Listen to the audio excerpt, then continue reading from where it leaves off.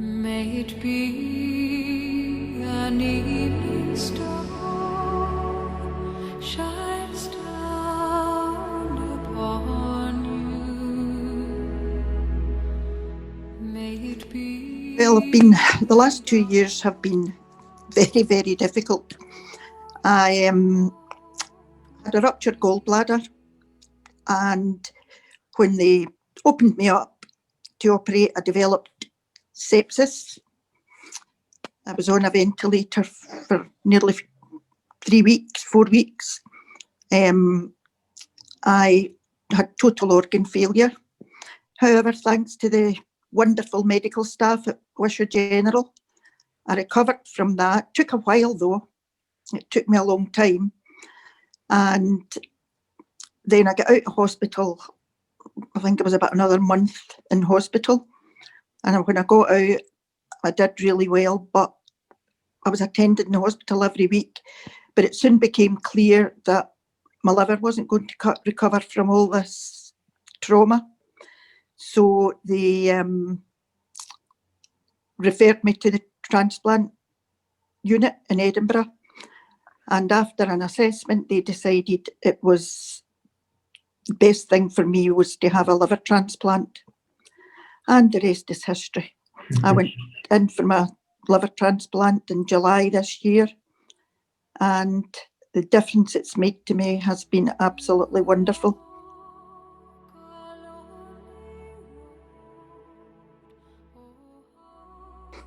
I think just before I had the transplant, I have to be honest, I really didn't think I was going to pull through. I've never felt so ill.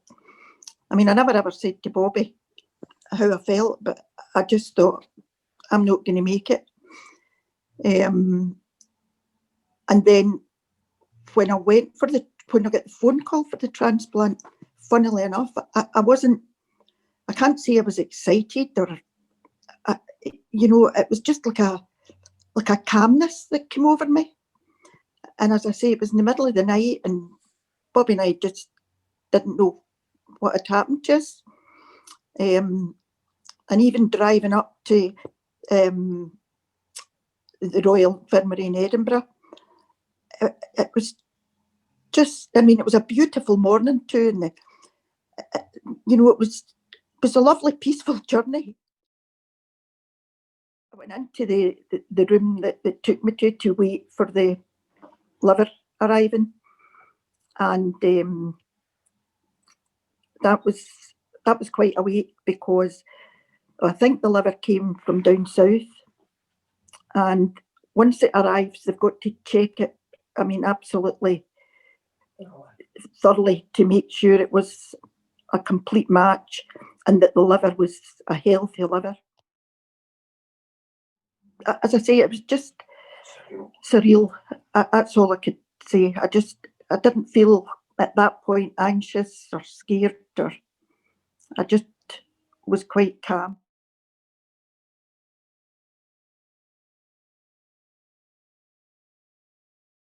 I waited,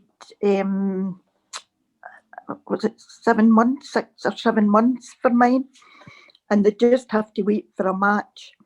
But what they do is, there's so many people waiting for liver transplants, they have to prioritise. We were in bed, it was midnight, and the phone rang up. I had to keep my phone beside me all the time. And it was just one of the transplant coordinators saying, Margaret, I think we've got a match for you. Are you able to come up?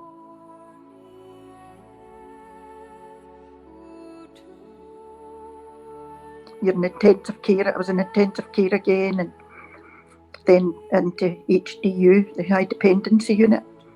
So I was there, but when I was there, that was one of the worst parts of it. I had delirium, and it was absolutely awful. I don't know how long it lasted. I think it was about 3 days.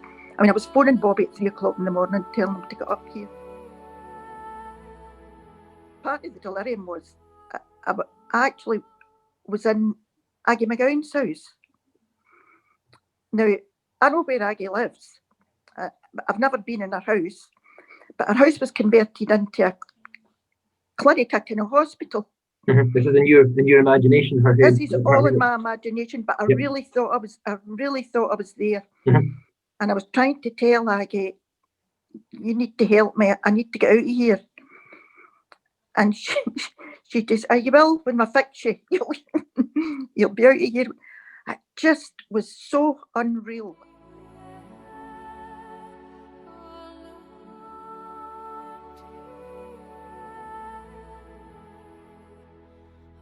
In terms of your faith, Margaret, I mean, where does that come into this? You're describing to us what was an absolutely horrendous experience. You've been, and this hasn't just been for a short time. I mean, this has been over 2 years now. You've gone through one operation and then another, and you've been ill a lot during that period.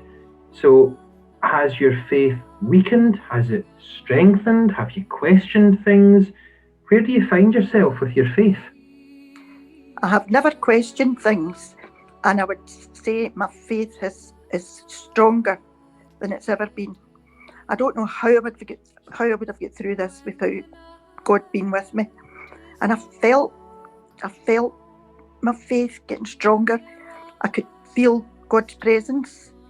I mean, I think I told you when I first went into hospital, when my gallbladder ruptured and I was very, very ill, I saw my son who died, a few years before, and I felt I could touch him, and I knew this was, and he just said to me, go back.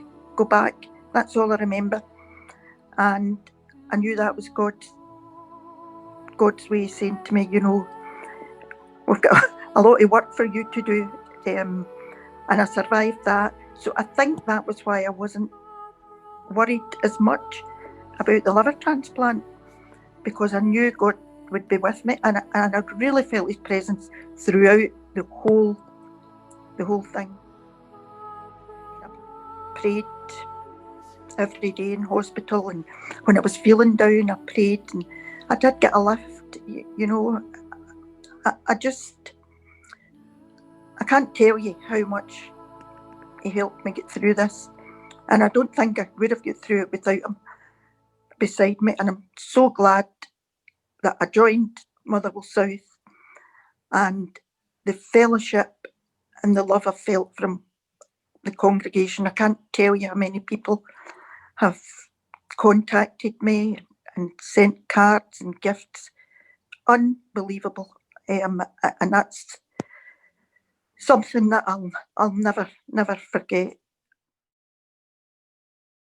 And as I said, I know I couldn't have got through this without being a Christian. And I mean, I shunned Christianity, a few years ago after my son died. I kind of pulled away and was blaming everybody, and it just wasn't a nice time.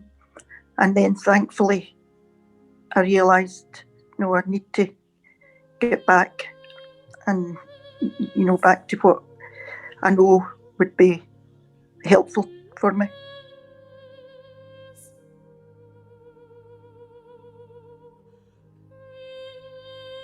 They sent me they made wee cards for me and sent me them, and the leaders sent me a lovely text. Is there a hymn you would like us to have in our service? And if so, which one is it and why? In Christ alone. I'll be honest, when I was in hospital and I was a bit,